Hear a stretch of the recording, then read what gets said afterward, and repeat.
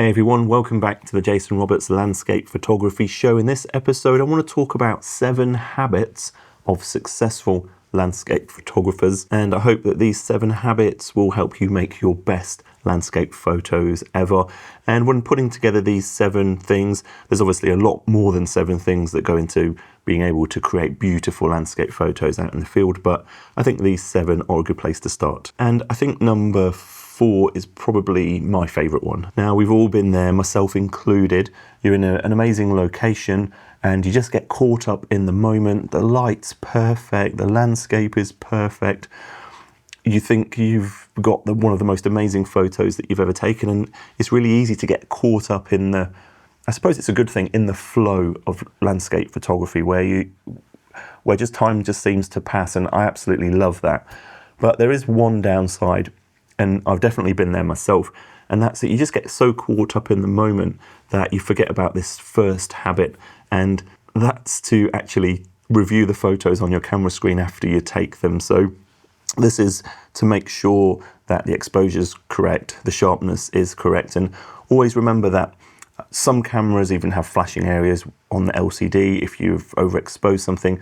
And don't forget, you can also zoom in on most cameras when you're playing back the photo, just to really zoom in and double check your focus. Number 2 is one that I personally don't really do, but I have heard horror stories about this. So you've taken that perfect photo and maybe you've tried 5, maybe even 10 frames. Maybe you're trying different focus areas, slightly different compositions. Maybe the light just hit perfect on one of those 10 photos. So you head to the back of the camera screen, you scroll through and you delete all of the rubbish photos, and you get home and you find out that you've actually accidentally deleted the most amazing photo when you're out in the field. So unless you're like completely running out of SD card storage on your camera, don't delete photos in the field. And the opposite is true. Sometimes I've seen photos on the back of the LCD which I've thought, they're kind of average, I'm not really into them. But when I've got them home and put them on the big screen on my editing computer, you go, wow, actually, that's either a really good photo, or you kind of realize that there's some really, really good editing potential in that photo, maybe even turning it black and white or something like that, and you don't always see that on the back of the LCD screen. Habit number 3 is really about making yourself a better photographer. So in the past, when I was first getting into photography, I didn't really know the fundamentals of photography. I was not so much snapshotting, but kind of on that borderline of just snapping photos and not being intentional about what I wanted to capture in that individual image. And I think there's just 4 things really to make yourself aware of, and successful landscape photographers, I think probably, or most of them probably, know all of these 4 things for this habit. That's how aperture affects the quality of your image through something called diffraction.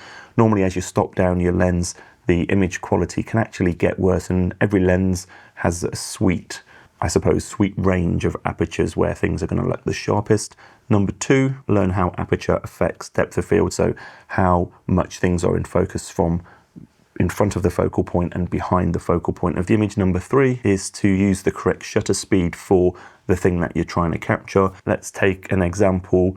I really love taking photos of moving water, and the shutter speed can really have a massive difference on how that whole landscape feels. You can use really fast shutter speed that's going to freeze the water. Like if you've got a dramatic waterfall, you might not want it all to kind of merge into one white, milky, not mess, but white, milky area, which you would get with a really long shutter speed. And the 4th thing is understanding ISO in general and how that affects the noise, but also for your specific camera. Different cameras have different ISOs where you get the best noise or the least noise for that image. So just understand the ISO in your camera. All right, on to my favorite habit number 4. There's been times where I've arrived at what I think is just a beautiful scene, and you're walking up the hill or around the corner to the next beach, and straight away you see it in your mind. Wow, that's absolutely beautiful. So you take out your tripod, or perhaps you just hold the camera up and do a little bit of micro composing, and you take the shot and then you move on. Whereas habit number 4 is going to make you an even better landscape photographer, in my opinion. And this is one I really do. I kind of do automatically now. This habit I call move your feet, and it's just about not taking the first composition you get. Move around the scene a bit more, and don't just move around closer, left, right, backwards, forwards, whatever. Also vary the height. One of my most favourite things to do quite often is to use a really wide angle lens and crouch down and angle the lens down a bit, because if you're using 16mm, you can still get a lot in.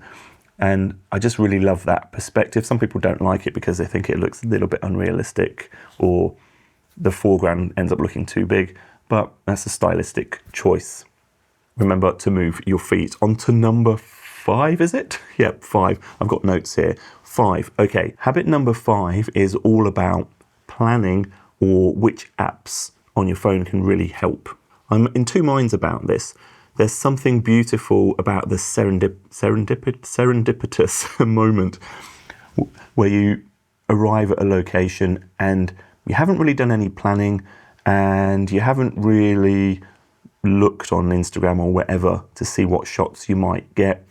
And all you know is you've got a nice area. So this has happened to me so many times. I've known that I'm in quite a nice area. Maybe it's the coastal path in Cornwall in England. And you know that there's beautiful scenery all around, but you haven't really planned exactly where you're going. So you're exploring, and I love that. I love that feeling of not knowing what you're going to come up with.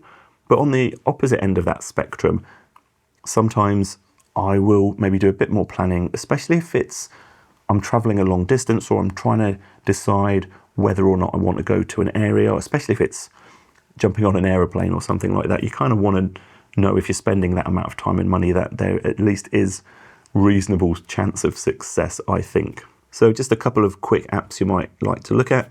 There's a phone app called PhotoPills. This is basically the Swiss Army knife of photography, especially in landscape photography. There's so much you can do. It has a planning section where you can bring up a map, you can move your point around, you can see where the sun's going to rise, the sun's going to set. There's so many features like calculating depth of field, and it's just too much to go into. And it's a one-time purchase, so no subscription, yay. And it is a paid app. And I think if you're really interested in improving your landscape photography, I think it's probably a must-have app on your phone. There's also other apps like Google Earth, and that's probably more of a sitting at home, planning a trip, working out angles and maybe where you want to actually travel to. And then when you're in the field, then you've got maybe a better chance of getting what you want. So you just got to decide for yourself whether you want to go planning or luck, or educated luck, we could call it. All right, on to number 6. And this is something I struggle with. I love cameras, I love lenses, I love camera gear, let's just say that. And number 6 is to get the camera gear that suits you and the work, the landscapes that you want to capture. Even if that's just a phone, I say just a phone, I'm not looking down on phone photography. What I'm trying to say is, if a phone is the thing that you can carry with you all the time, it's the thing that you can afford, it's the thing you've already got, and it's very lightweight compared to a full landscape photography setup, then that's the equipment that works for you. There is no single one best camera or camera setup, but you might want to think about, when you're choosing a camera, things like the megapixels. If you do a lot of cropping in, or you want to print really big, then you might want a high megapixel camera. Okay, on to the final one, number 7. And this one seems a bit obvious, and it's really just a good habit to get into. So we've all been there. We've taken a beautiful photo on the back of the LCD screen. It looks amazing. We haven't accidentally deleted it. We get home, open it up on the computer, start to work with it, and then there's massive dust or sensor dirt spots all over the image. And obviously this normally happens, or you can normally see it in the sky, and your heart sinks a bit, because although with modern tools, most of the time you can fix those things. It just takes so much time, and I feel it takes away from that creative energy. It's like a technical, boring task before you can get onto the fun of landscape photo editing. So number 7, keep your gear clean. This channel is all about landscape photography. I make videos out in the field showing how I capture images. I make podcast episodes like this where I talk about kind of meta things, I suppose, related to landscape photography. And also I make editing videos where I just bring you along on the journey, and it's not so much Lightroom or Capture One tutorials, it's all about the artistic journey. So if you're interested in any of those things, please subscribe. I would really appreciate that a lot. And hopefully I'll see you in the next one.